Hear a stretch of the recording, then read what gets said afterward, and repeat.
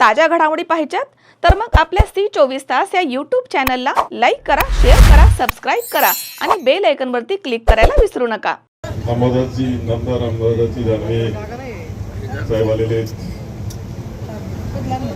आणि त्यांनी उपोषणाला पाठिंबा देण्यासाठी तर आलेलेच आहेत. तपास झाला पाहिजे या मागणीला पाठिंबा देण्यासाठी आलेले. ज्यांनी कोणी हा गुन्हा केला आहे त्याला कडक शिक्षा झाली पाहिजे ही मागणीसाठी सुद्धा आम्ही आलेलो आहोत. परंतु त्याचबरोबर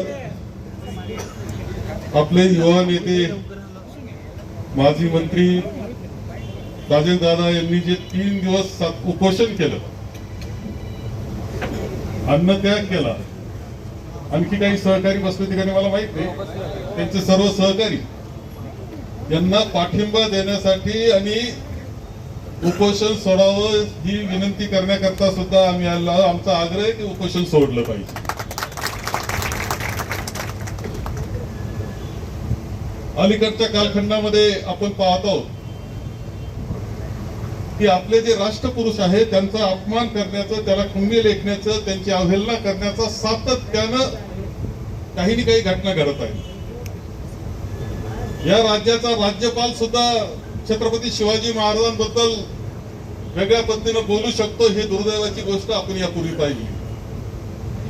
छत्रपती शिवाजी महाराजांचा पुतळा जो 6 महिन्यामध्ये कोसळून पडतो, ज्या पद्धतीनं कोट्यावधी रुपये खर्च करून केलेलं सगळं ते पुतळा आणि ते स्मारक पडतं कसं, त्यामध्ये झाला भ्रष्टाचार आणि त्यामध्ये झालेला महाराजांचा अवमान सुद्धा आपल्या सगळ्यांना माहिती.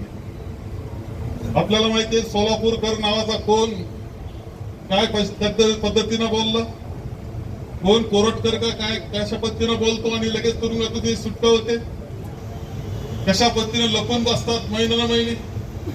हे सगळं काही जाणीवपूर्वक चाललेल्या काही गोष्टी आहेत. एका बाजूला राजकारण करत असताना अनेक प्रश्न आपल्या पुढे, रोजगाराचे प्रश्न आहेत, महागाईचे प्रश्न आहेत, शेतकऱ्यांचे अनेक प्रश्न आहेत, कामगारांचे आहेत, युवकांचे आहेत, विद्यार्थ्यांचे शिक्षणाचे प्रश्न आहेत.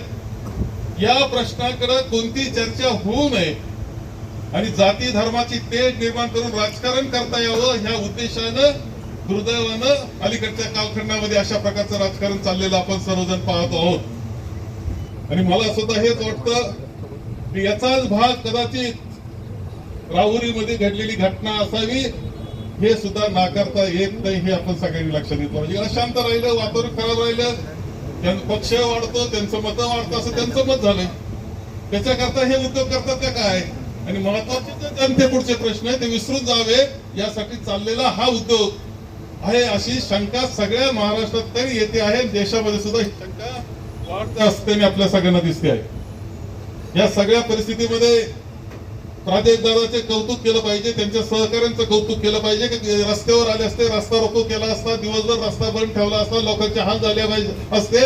असं न करता स्वतः त्यांनी अन्नत्याग करणं, उपोषणाला बसणं. खरं सांगतो तुम्हाला, इथं आता सांगितलं यशवंत सेनेच्या नेत्यांना आमच्या, उपोषणाला बसणं म्हणजे काय असतं, एक दिवस उपास, खरा उपास करून पहा. 3 दिवस सातत्यानं उपोषणाला बसणं ही सोपी गोष्ट नाही. आणि अशा पद्धतीनं स्वतः अन्नत्याग म्हणजे स्वतःला त्रास करून घेणं सुद्धा आहे. परंतु एक भावना म्हणून मनापासून, अंतःकरणापासून असलेल्या आपल्या राष्ट्रीय नेत्यांबद्दल, आपल्या श्रद्धास्थानांबद्दल असलेली श्रद्धा, या श्रद्धेच्या कुठेतरी दुखावलं गेलं म्हणून हे उपोषण हे लक्षात ठेवा आणि हे सगळ्यांच्या अंतःकरणापर्यंत जाऊन पोहोचलं पाहिजे. माझ्या मते आहे की ह्या सगळ्या ज्या गोष्टी चालल्या त्या ओळखल्या पाहिजे, काळजीपूर्वक आपण पुढे गेलं पाहिजे, या मताचा मी आहे. दुर्दैवानं ते घडत नाही.